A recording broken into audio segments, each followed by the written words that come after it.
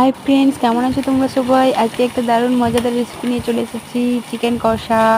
তার জন্য কড়াইতে তেল দিয়ে পেঁয়াজগুলো কুচি কুচি করে কাটা রাখা ছিল, সেগুলো কড়াইয়ের উপরে দিয়ে দিলাম, গরম তেলের উপর দিয়ে নাড়াচাড়া করে নিয়ে একটু রসুন বাটা দিয়ে দিলাম, নাড়াচাড়া করে নিলাম, ভালো করে কষিয়ে নিয়ে আদা বাটা দিয়ে দিলাম। আদা বাটা আর কি কষানো হয়ে গেলে টমেটোর কাটা আর একটু লঙ্কা গুঁড়ো আর হলুদ গুঁড়ো দিয়ে দিলাম। তারপরে ভালো করে কষিয়ে নেব। কষানো হয়ে গেলে কাঁচা লঙ্কা আর মাংসটা দিয়ে দিলাম। তোমরা তো দেখতেই পাচ্ছ আমার চিকেনটা কষা হচ্ছে। ভালো করে কষিয়ে নিলাম, হালকা করে একটু কষানো হয়ে গেলেও চাপা দিয়ে দিয়েছিলাম। কষানো হয়ে যাওয়ার পরে আবার চাপা দিয়ে দিলাম, আবার একটু কষা হয়ে গেল মাংসটা। এবারে দেখো কত সুন্দর কালার এসে গেছে।